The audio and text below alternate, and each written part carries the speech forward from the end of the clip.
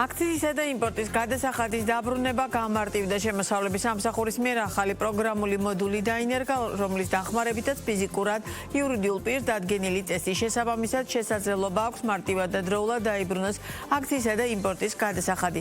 Რა პირობებს უნდა აკმაყოფილებდეს დაინტერესებული პირი და რა ეტაპებს მოიცავს თანხის დაბრუნების ეს მარტივი გზა. მეტი ინფორმაციის მიღების მიზნით თემაზე სასაუბროთ ბიზნეს პარტნიორისა და შემოსავლების სამსახურის ერთობლივი რუბრიკის დღევანდელი სტუმრები არიან იონა კიზირია, შემოსავლების სამსახურის საგადასახადო ადმინისტრების მეთოდოლოგიის სამმართველოს უფროსი და თათია ბერიანიძე, შემოსავლების სამსახურის საგადასახადო ადმინისტრების მეთოდოლოგიის სამმართველოს მთავარი სპეციალისტი. მოგესალმებით, ძალიან დიდი მადლობა გაცემას სტუმრობისთვის.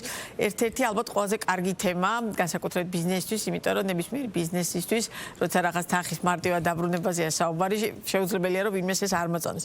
ამიტომ თავდაპირველად მსმენელისთვის უფრო რომ განმარტოთ მაყურებლისთვის, რა სქემაზეა საუბარი, რა მოდულის დანერგვაზე და მე ჩავშალოთ თლიანობაში ეს ნაწილი. მოგესალმებით კიდევ ერთხელ, რა თქმა უნდა, როდესაც ჩვენ საუბრობთ თანხის დაბრუნებაზე, ყოველთვის სიამოვნოა, ხო? იმიტომ რომ დაინტერესებული მხარე ბევრია, როგორც ფიზიკური პირები, ასევე იურიდიული პირები. თუმცა მანამდე რომ შევეხოთ საქართველოს საგაცნო კანონმდებლობას, კანონმდებლობით განსაზღვრულია, რომ იურიდიული პირი ან ფიზიკური პირი, რომელიც განახორციელებს მსუბუქი ავტომობილის იმპორტს, მოტოციკლეთს, მოპედს მათ შორის, ხო, პირობითად და იმპორტის მოქცევიდან 180 დღის განმავლობაში თუ იქნება აღნიშნული სატრანსპორტო საშუალება გაყვანილი ექსპორტში, ანუ გაყვანილი იქნება ქვეყნიდან, მათ შეუძლიათ ამ ნაწილში გადახდილი აქციზის გადასახადი დაიბრუნონ, რომელიც იქნება კონკრეტულად, მოკლედ ეს რასაც ჩვენ ახლა დღეს შევეხებით ამ მარტივ წესს. და მეორე ნაწილი ასევე ეხება იმპორტის გადასახადს, იმპორტის გადასახადი კონკრეტულად იგივე პირობების ფარგლებში ეხება მსუბუქ ავტომობილებს. ანუ ერთი ეხება რეექსპორტის ნაწილს, ექსპორტს, რომელიც გავიდა, იმიტომ რომ ექსპორტი ახლა თქვენი სიუჟეტი იყო, შესაბამისად რეექსპორტის და განსხვავებული პროცესია. თუმცა ამ შემთხვევაში არის, როდესაც მათ განახორციელეს იმპორტი, ანუ იმპორტზე ისინი ხდიან გადასახადებს, ხო? აქ ორი გადასახადია, აქციზი და იმპორტის გადასახადი. უბრალოდ იმპორტი მხოლოდ მსუბუქ ავტომობილების ნაწილთანაა დაკავშირებული, ამიტომ ეს პირები, რომლებიც განახორციელებენ, ესე რომ ვთქვა, იმპორტს და 180 დღის განმავლობაში მოხდება აღნიშნული სატრანსპორტო საშუალებების გაყვანა ქვეყნიდან ექსპორტში, მათ აქვთ უფლება მათ მიერ გადახდილი აქციზი და იმპორტის გადასახადი 100% დაიბრუნონ. კი ბატონო, უფრო მეტად რო ჩამოვთვალოთ რა სატრანსპორტო საშუალებებს ეხება, იმიტომ რომ მსუბუქი ავტომობილების შემთხვევაში როგორც ხვდები სხვა რეჟიმია, უფრო ტევადი ავტომობილების შემთხვევაში სხვა და მთლიანობაში რას ეხება, ეს არის ძალიან კარგი, მოდავიღოთ მსუბუქი ავტომობილები ნომენკლატურული კოდის მიხედვით, თუ კოდსაც ვიტყვით, ეს არის 8703 კოდია, ამ კოდებში არის ძირითადად ჩვეულებრივი ჩვენთვის ცნობილი, ჩვეულებრივი მსუბუქი ავტომობილები, ხო? ანუ ვით გადავაადგილდებით ქალაქში, ხო? ძირითადი ავტომობილები, ასევე არის მოტოციკლეტები, ეს არის 8711 კოდით. ნუ ამ საქმეში ვინც არის ჩართული ეს პირები, ძალიან კარგად იციან, იმიტომ რომ ამ კოდებით ბანჯდება ეს აღნიშნული სატრანსპორტო საშუალებები და მათ შორის მოპედები, ხო, რომელიც პირობითად ესე რომ ვთქვათ, ბოლო პერიოდში მომრავლებულია. ხო, სტატისტიკას აუცილებლად ვიკითხავ. აღნიშნული იმპორტირებული სატრანსპორტო საშუალებები ვის მიერ უნდა იყოს, თუ არ ვიცი რამდენი სწორი ფორმულირება, მოქცეული ეგრეთ წოდებულ ექსპორტში.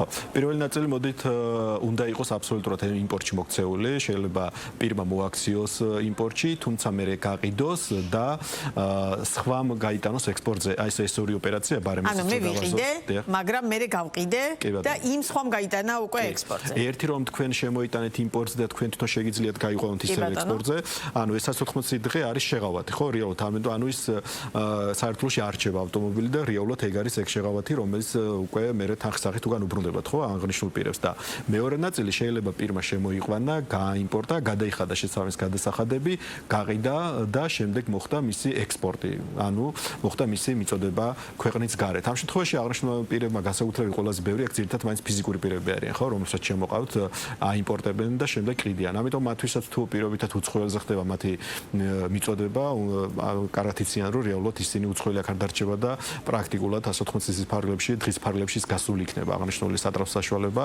ამიტომ ეს ინფორმაცია თუ მათთვის ცნობილია, ეხლა ჩვენსაც ვისაუბროთ, როგორ შეუძლიათ აღნიშნული თანხა დაიბრუნონ, სასარგებლო ინფორმაცია იქნება. კი ბატონო. ჩვენ რეალურად მე შესავალ ნაწილში ვახსენე მოდული, რომელთაც ძალიან მარტივად შეუძლიათ, რომ ამ სექტორში მომუშავე ადამიანებმა ძალიან მარტივად გააკეთონ ეს სქემა, გამოიყენონ ეს სქემა იმისთვის, რომ დაუშვათ დაიბრუნონ ეს გადასახადი. რა მოდულზეა საუბარი? თან ახალი მოდულია, რა ტიპის მოდულზეა და რა ინფორმაციის მიწოდება შეგვიძლია იმ ადამიანებისთვის, ვინც ამ სექტორში საქმიანობს? პირველ რიგში მოგესალმებით და მადლობა მოწვევისთვის. რაც შეეხება სანამ გადავიდოდით ამ პროგრამულ მოდულთან დაკავშირებით, კიდევ ერთხელ მოკლედ რომ დავინახოთ ანუ სიახლე და ის განსხვავება, რაც ძველ და ახალ წესთან დაკავშირებით გვაქვს. ფაქტობრივად თუ ძველი წესიდან გამომდინარე შესაბამისი დაინტერესებული პირის მიერ ჩვენთვის ანუ შემოსავლების სამსახურისთვის მომართვა ხორციელდებოდა წერილობითი სახით, შესაბამისი განცხადებით, შემდეგ უკვე თავად ჩვენი უფლებამოსილი თანამშრომლების მიერ ამ ინფორმაციის დამუშავება ხდებოდა ხელით, რაც საჭიროებდა ხოლმე, როგორც უნდა აღვნიშნოთ, გარკვეული დამატებითი ინფორმაციის გამოთხოვასაც სხვადასხვა უწყებებიდან.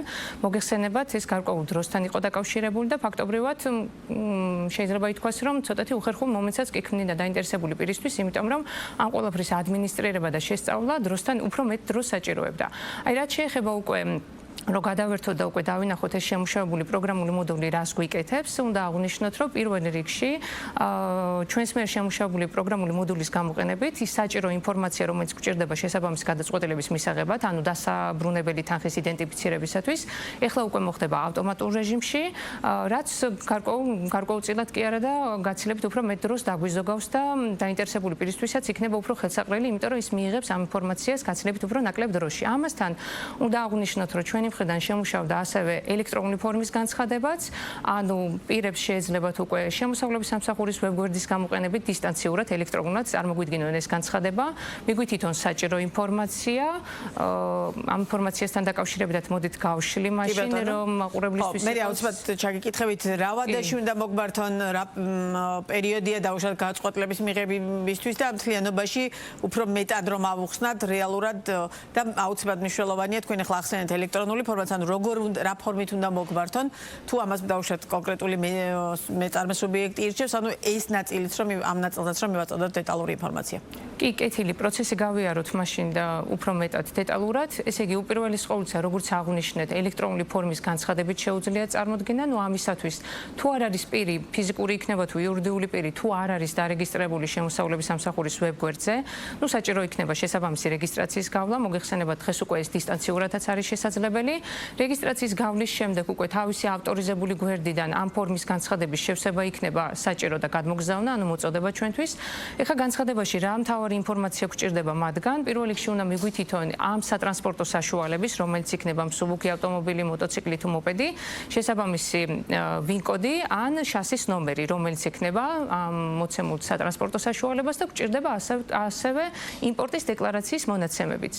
ამ მონაცემების დისტანციურად წარმოდგენის შემდეგ უკვე ჩვენი მხრიდან განხორციელდება ზუსტად ჩვენს მიერ შემუშავებული პროგრამული მოდულის მეშვეობით განხორციელდება უკვე მონაცემების დაიდენტიფიცირება, შესწავლა, საბაჟო ოპერაციების ისტორიის დადგენა, ასევე იმ ინფორმაციის დადგენა, მაგალითად იმპორტიდან ესე რომ ვთქვათ, ანუ საქართველოს საზღვრიდან გასვლამდე 180 კალენდარულ დღეში მოხდა თუ არა ამ სატრანსპორტო საშუალების გაყვანა თუ ასე შემდეგ და ამ მონაცემების დამუშავების საფუძველზე უკვე შესაბამისი გადაწყვეტილება ასევე დისტანციურად ეცნობება გადამხდას, ანუ მისდის განცხადებაზე პასუხის სახით.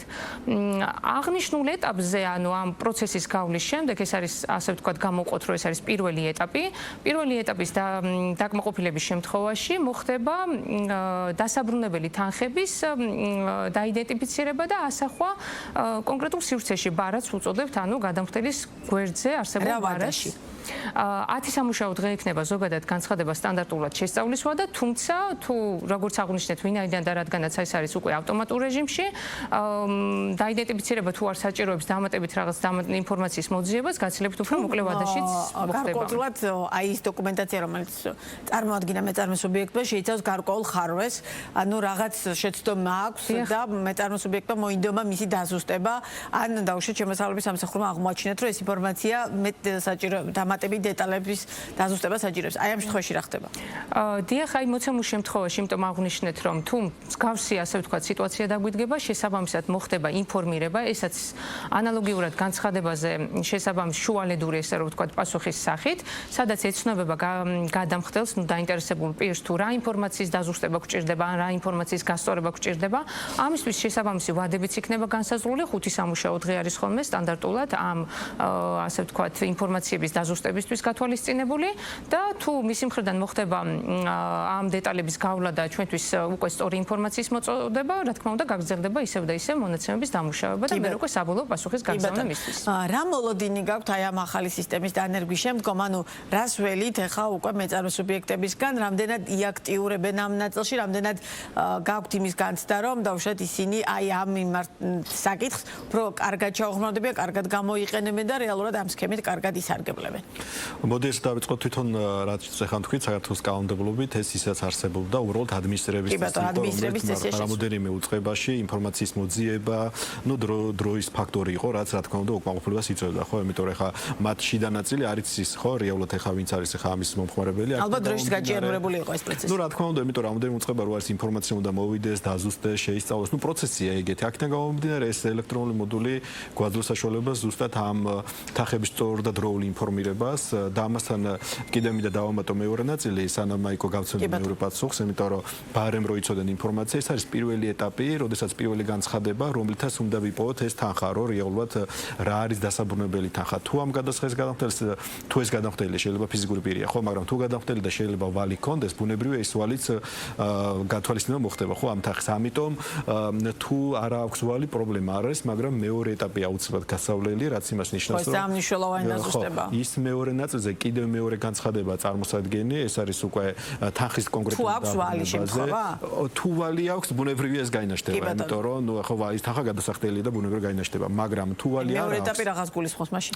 თუ არ აქვს, უკვე ვაცნობებთ, რომ დამატებით მოგმართოს, იმიტომ რომ ის მეორე ეტაპი ზუსტად ეს გარდამტეხია და თუ მას რა თქმა უნდა დავალენება არ ექნება საერთო ორგანოში, მოცემულ შემთხვევაში მეორე განცხადების წარმოქმნის საფუძველზე, იქ აუცილებლად უნდა მივთითონ უკვე თავისი საბანკო ანგარიში, ყველა ვარიანტში არ უნდა შეეშალოთ ეს ანგარიში, იმიტომ რომ ეს თანხა ჩავთვალოთ გამზადებულია იმისათვის, რომ უკვე გადავრიცხოთ და გადავრიცხოთ კონკრეტულ ესე რომ თქვა დაინტერესებულ პირს. კი ბატონო. და ჩვენი საუბრის ბოლოს არ შემიძლია არ გითხოთ იმის გათვალისწინებით, რომ ეს ამ სეზონზე ჩვენი და შემოსავლების სამსახურის ერთობლივი რუბრიკის ბოლო გადაცემა, ახალ სეზონზე ბუნებრივია ეს რუბრიკა გაგრძელდება, იმიტომ რომ ძალიან დიდი ინტერესი და მე მგონია, რომ ძალიან ბევრი ადამიანს ძალიან მნიშვნელოვანი ბევრი ინფორმაცია მივაწოდეთ. თავად შემოსავლების სამსახურისთან იმ ადამიანის განმსახედიდან, ვისაც ეს იდეა ჰქონდათ, რომ სწორედ ამ მიმართულებით მეტი ინფორმაცია მიგვეწოდებინა მაყურებლისთვის და რაც შეიძლება. რამდენად გამოგადგათ აი ამ სახით პრაქტიკულად საინფორმაციო კამპანიის ჩატარება, რომ რაც შეიძლება პრაქტიკულად ყველა სიახლეზე, ყველა ახალ საკანონმდებლო ცვლილებაზე და თითქმის ყველა ნაბიჯზე, რომელსაც რაიმე ახალ ცვლილებას გეგმავდით, ჩვენ მაყურებელს ვაწვდით დეტალურ ინფორმაციას. ეს ამა რამდენად გაგიადვილად მთლიანობაში აი ამ გადაწყვეტილების უშუალოდ დანერგვის პროცესი.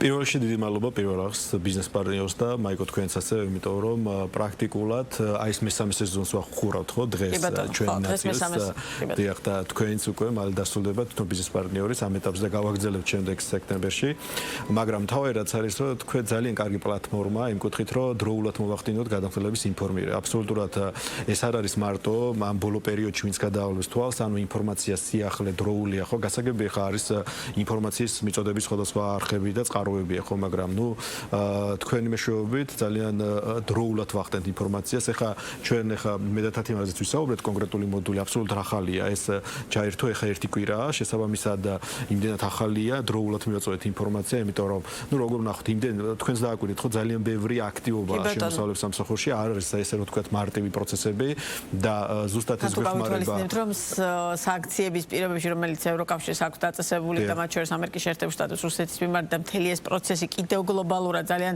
ბევრ სირთულეს გიქმნით მუშაობის პროცესში, ანუ აი ამ ჩვენ შიდა კანონმდებლობის ცვლილებებს ემატება ეს ნაწილიც და ზუსტად სწორი ის არის, იმიტომ რომ რა თქმა უნდა საგაცხო ადმინისტრირება, საბაჟო ადმინისტრირება არის გაურკვეველი კითხვები, ამიტომ ამ კითხვებზე დროულად თქვენი არხი არის საშუალება იმისა, რომ პირობითად დროულად მივაწოდოთ ინფორმაცია სწორი.